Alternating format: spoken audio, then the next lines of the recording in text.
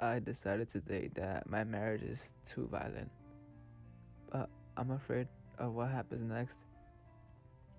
I decided to kill my wife when she threw out a half full box of Frosted Flakes. No one eats them, Jim, she sighed, rolling her eyes as she prepared her pre-seat mug of camole. It's trash now. I stood my ground, narrowing my eyes. You're a heartless bitch, I whispered. She snapped her head toward me, stung like she'd been slapped. What did you say? I folded my arms and grunted, nothing worth repeating. She eyed me a second longer before turning back to her tea. You seem really uptight recently, Jim. You should really work on yourself. I stared at the moon, a waxing grimace, and tried to smile. I gave up after 5 minutes. I hated her and I hated myself. How do you shoot the devil in the back? What if you miss?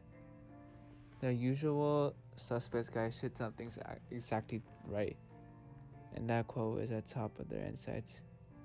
I looked down at Sora, fast asleep with only a thin undershirt to protect her from the knife in my hand. It seemed so simple, so hard at all. Only a feet of empty space separated by the blade from her heart.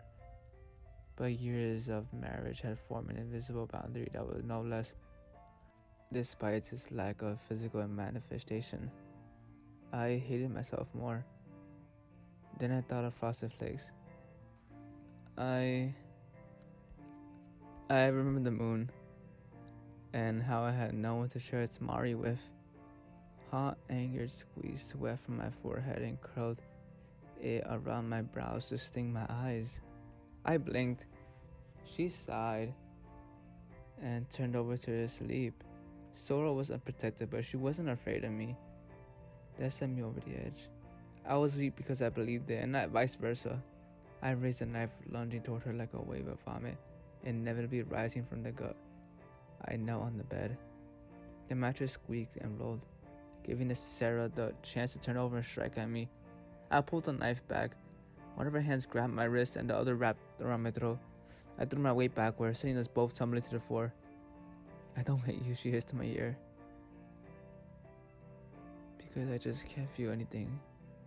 But you like I once did. She tightened her vigorously strong grip around my neck. Black spots appeared above her head. It's a shame.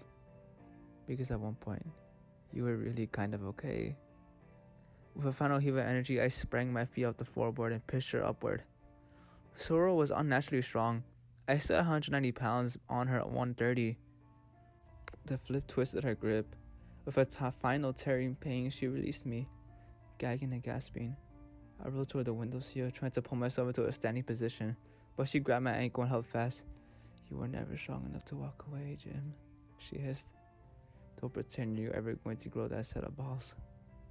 I clutched that curtain in a white knuckle grip, pulling against her hold on my leg.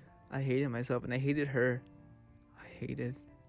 So I pulled hard on the current, feeling it rip and tear, then it threw out destruction as it shredded in my hands. I fell to the ground. The destroyed current in my grasp slammed against the floor. Sora screamed. Nausea hit me as I flipped over and saw that knife had landed right beside her. But everything changed when I realized it lay a corner of sunlight. Sora scurried away, cuddling a hand that was already erupting in blisters. I stared at my wife, panting and smiling. You were awake, waiting to see what I would do. You were planning to use the sun, she growled. Hatred etched into the lines of her face. You never faced me otherwise, because you still have no balls. I stepped into the light as warmth washed over me. You're a heartless bitch. And that's what I was saying earlier. I apologize for holding back. My pulse throbbed in my ears. I was finally honest with myself. Now that the dam had broken, the words flowed, burning and healing. I really don't believe you have a soul.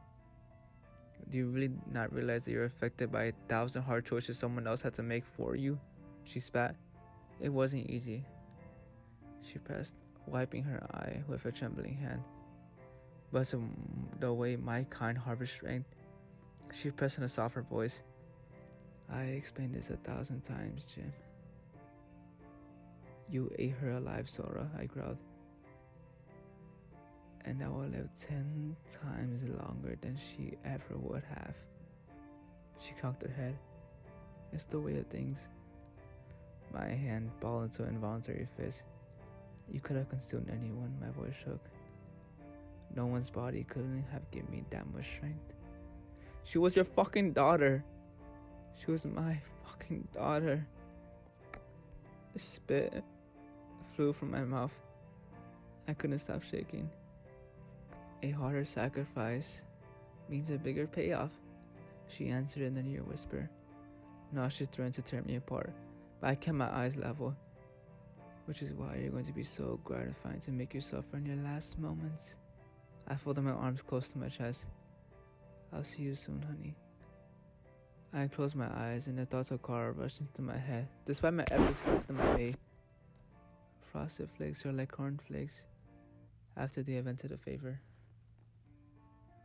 Was the moon discovered by a man who loved Mari? Why does Mom act like she loves me sometimes, but not the others? I didn't look at her, but I knew I'd try to kill her and die in an attempt. Instead, I reached for the bedroom door. Wait, Jim, she breathed. If there were a chance to get her back, who would you be willing to hurt?